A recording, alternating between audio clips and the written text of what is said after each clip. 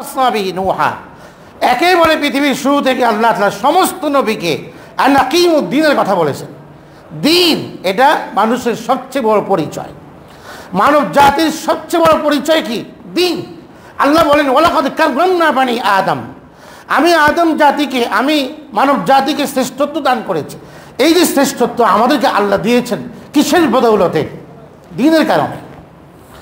আমাদের জন্য একটা দিন আছে, যে দিনকে ফলো করতে হয়। মানব জাতি ছাড়া কোনো মানুষের কোনো ধর্ম নাই, কোনো মাখলুকের। মানুষ ছাড়া, জিন ছাড়া অন্যান্য মাখলুকের জন্য কোনো দিন নাই, ধর্ম নাই, যে তাদেরকে ওই ধর্মের আলোকে চলতে হয়। তাদের জীবনে কোনো লক্ষ্য নাই, তাদের ধর্মও নেই। আমাদের জীবনের লক্ষ্য আছে, এর জন্য আমাদেরকে আল্লাহ দিন দিয়েছেন। দিন ছাড়া কোনো মানুষই হতে পারে না। এমন মানুষও তো আমাদের বাংলাদেশ থেকে গত হয়েছে, যারা এই কথা বলেছিল এক সময় যে আমি হিন্দু না আমি মুসলিম আমি নিজেই জানি না, আমি মুসলিম না আমি হিন্দু আমি নিজেই জানি না। তার যে পরিচয়, সেই পরিচয় তার নিজেই জানা নেই। তাহলে এত শিক্ষা, এত কর্মযোগ্য, কি লাভ হলো এগুলোতে যে আমি আমার পরিচয়টাই ঠিক মতো বলতে পারি না? দিন সবার আগে, ঈমান এর পরিচয় সবার আগে। যদি আমি মুসলিম থাকতে চাই, আল্লাহ বলেন বালা মান আসলামা ওয়াজহাহু লিল্লাহ, যে ব্যক্তি আল্লাহর জন্য নিজেকে সমর্পণ করলো, আহুয়া মুহসিন, নেক আমলের সাথে সৎকর্মশীল, সে ফালাহু আজরুহু ইনদা রাব্বিহি, তার প্রতিদান তার রবের কাছে আছে। লা খাউফুন আলাইহিম ওয়া লা হুম ইয়াহজানুন, আখিরাতের কোনো ভয় নাই, এদের দুশ্চিন্তা নাই, টেনশন নাই। আখিরাতে এত ভয়াবহ অবস্থাতেও আল্লাহ পাক তাকে নিরাপদে রাখবেন, আখিরাতে নির্ভয়ে রাখবেন। আর দুনিয়ার কারণে তার কোনো, সে ব্যথিতও হবে না। দুনিয়াতে আত্মীয় সম্পদ ছেড়ে আসছে, কোনো ব্যথিত হবে না। সে যে আল্লাহর জন্য হয়, সে যে আল্লাহর দ্বীনের জন্য স্যাক্রিফাইস করে, আল্লাহর দ্বীনের জন্য কোরবানি করে, দুনিয়ার প্রতি তার কোনো মায়া থাকে না। হুব্বুদ দুনিয়া রাসু কুল্লি খাতিআতিন, দুনিয়ার প্রীতি সমস্ত অনিষ্টের মূল। যে আল্লাহমুখী, তার ভেতরে দুনিয়ার প্রীতি থাকবে না। দুনিয়াকে সে প্রয়োজন অনুপাতে ব্যবহার করবে ঠিক, কিন্তু দুনিয়ার প্রতি তার কোনো আসক্তি থাকবে না, কারণ সে আল্লাহমুখী। বালা মান আসলামা ওয়াজহাহু লিল্লাহ, ইব্রাহিম আলাইহিস সালামের ঘোষণা ছিল এটা, ইন্নী ওয়াজ্জাহতু ওয়াজহিয়া লিল্লাযী ফাতারাস সামাওয়াতি ওয়াল আরদ, যিনি আসমান জমিনের স্রষ্টা, আমি আমার সর্বস্বকে তার অভিমুখী করে দিলাম। আমার আর কোনো চাওয়া পাওয়া নেই। আমার চাওয়া পাওয়ার প্রাপ্তি একটাই, যে আমি আমার নিজেকে আল্লাহর সামনে সমর্পণ করলাম। এটা আমার সবচেয়ে বড় কাজ, আমি এতেই সন্তুষ্ট। কি আগুনের কুণ্ডলীর মধ্যে নিক্ষিপ্ত হয়েছিলেন তিনি, সেখানে সারা সমাজ তার বিপরীতে, কিন্তু তাওহীদের পতাকা ছাড়েন নাই। তাওহীদের যে পতাকাকে সমুন্নত করে রেখেছে, এটা দিন, এটাকে আমি হাতছাড়া করতে পারি না। এত বড় আযাবের মধ্যে পড়ার পরেও দিন ছাড়েন নাই সাহাবায়ে কেরাম। বিলাল রাদিয়াল্লাহু আনহুর ইতিহাস তো আমরা সবাই জানি। যখন রৌদ্র প্রখর হতো, আরবের রোদ, যারা সেখানে হজ উমরা করতে যান তারা তো বোঝেন কি পরিমাণ রোদের উত্তাপ সেখানে। তো সেই রোদের মধ্যে যখন রোদ চড়াও হতো এবং যখন সূর্যটা প্রখরতা তার মধ্যে আসতো, ঠিক ওই সময়ে হযরত বিলালকে ঘর থেকে টেনে বের করা হতো, করে পাথরি জমিনে তার মধ্যে তাকে টেনে হেঁচড়ে এভাবে নিয়ে যাওয়া হতো। আর বলা হতো ইসলাম ছাড়ো, ইসলাম ছাড়ো, দিন ছাড়ো, আগের ধর্মে আসো।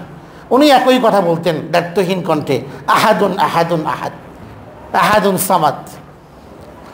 এই যে স্যাক্রিফাইস, দিন ছাড়ি নাই। সুহাইব রাদিয়াল্লাহু আনহু, আম্মার ইবনে ইয়াসির রাদিয়াল্লাহু আনহু একজন ধনী মানুষ ছিলেন, শৌখিন মানুষ ছিলেন। ইসলাম গ্রহণের আগে তার পোশাক পরিচ্ছদ, তার সুগন্ধি, তার চলাফেরার এক অন্যরকম।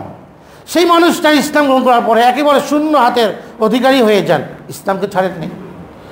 হযরত আম্মার ইবনে সুহাইব রুমি রাদিয়াল্লাহু আনহু হিজরত করে মদিনায় যাচ্ছেন। মক্কা থেকে হিজরতের আদেশ হয়েছে, যাচ্ছেন তিনি।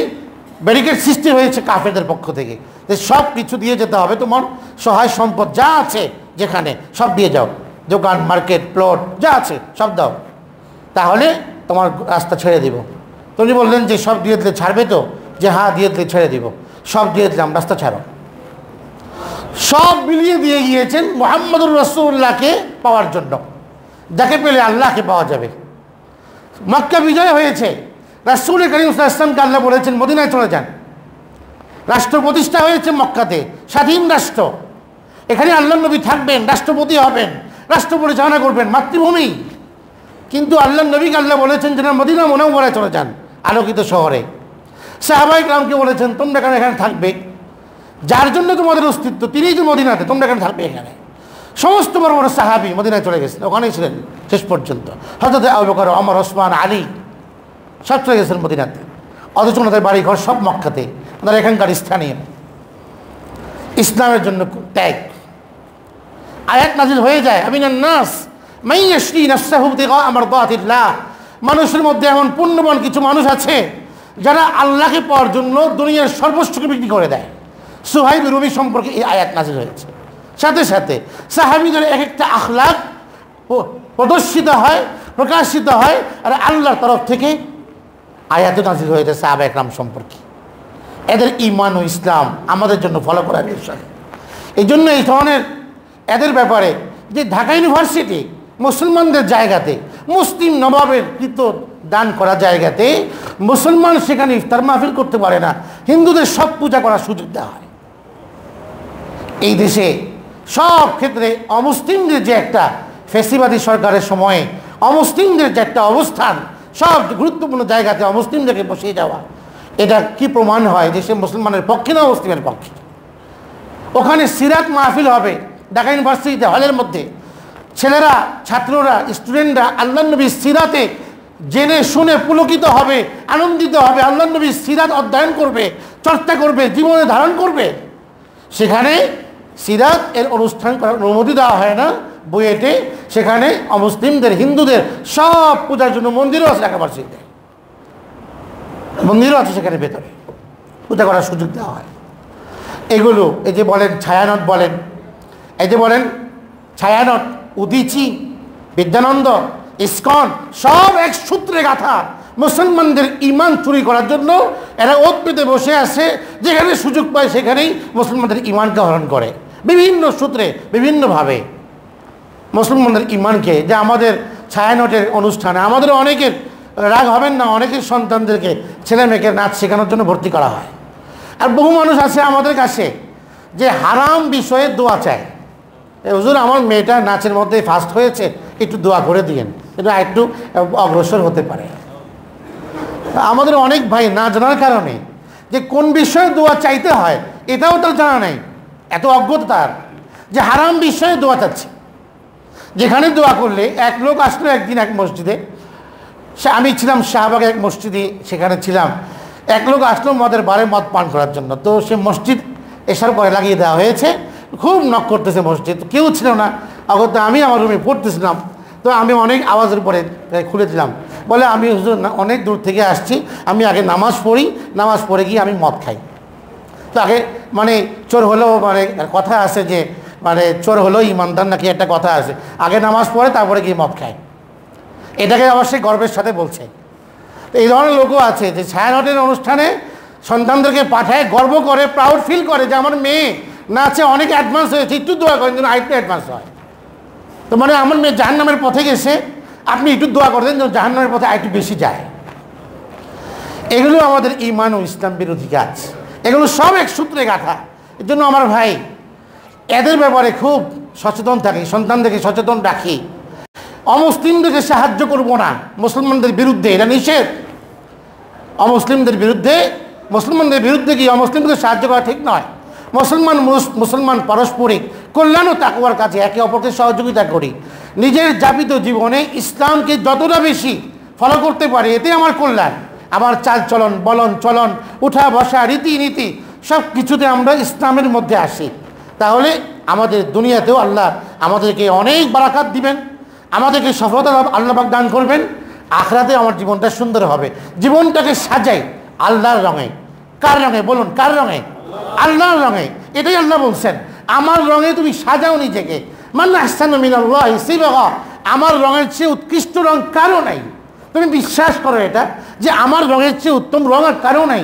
তুমি আমার রঙে রঙিন হও, নবী সুন্নাহ রঙে রঙিন হও, তোমার দুনিয়াতেও সফল, আখিরাতেও সফল। পরিবারকে গঠন করে সেভাবে সন্তানদেরকে বিনির্মাণ করে যাও। এই সন্তান তোমার আখিরাতে তোমার জন্য অনেক বড় কাজে আসবে। সন্তানদেরকে দিনদার বানাতে হবে। এদের সম্পর্কে সন্তানকেও সজাগ করতে হবে। এই সমস্ত যত কিছু আছে যা ইসলাম বিরোধী এদের ব্যাপারে, যে ভাইটাকে তারা জবাই করেছে অত্যন্ত মারাত্মকভাবে, অত্যন্ত নৃশংসভাবে। একজন অ্যাডভোকেট, সে মুসলিমদের পক্ষে কাজ করত। কারণ আপনারা জানেন পার্বত্য চট্টগ্রামে ওখানে পাহাড় আছে, অনেক মানে মুসলমান সেখানে হয়, নতুন করে ইসলাম গ্রহণ করে, তো এদের পরিবার থেকে মামলা টামলা হয়।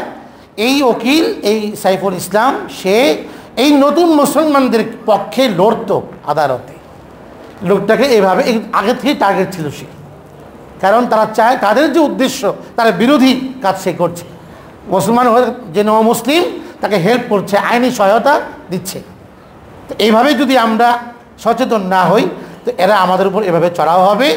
ইসলামের যে নীতিমালা আছে সৌহার্দ্যের, সেটাকে আমরা ঠিক রাখবো, কিন্তু আমরা আমাদের ধর্মকে বিসর্জন দিয়ে অমুসলিমদের সাথে সখ্যতা গড়ে তুলব না, এদের কোনো প্রতিষ্ঠানের সাথে সম্পৃক্ত হব না। নিজেরা সতর্ক থাকবো, সন্তানদেরকে আমরা সজাগ রাখবো, পরিবারকে, পরিচয়জনদেরকে আমরা বাঁচিয়ে রাখবো ঈমান ও ইসলামের পক্ষে।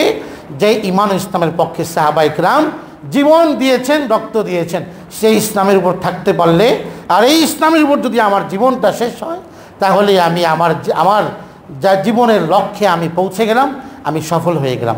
আল্লাহ পাক আমাদের সকলকে সফলতার দ্বার প্রান্তে পৌঁছার তৌফিক দান করুন। ও আখিরু দাওয়ানা আলহামদুলিল্লাহি রাব্বিল আলামিন। সুন্নাত আদায় করুন।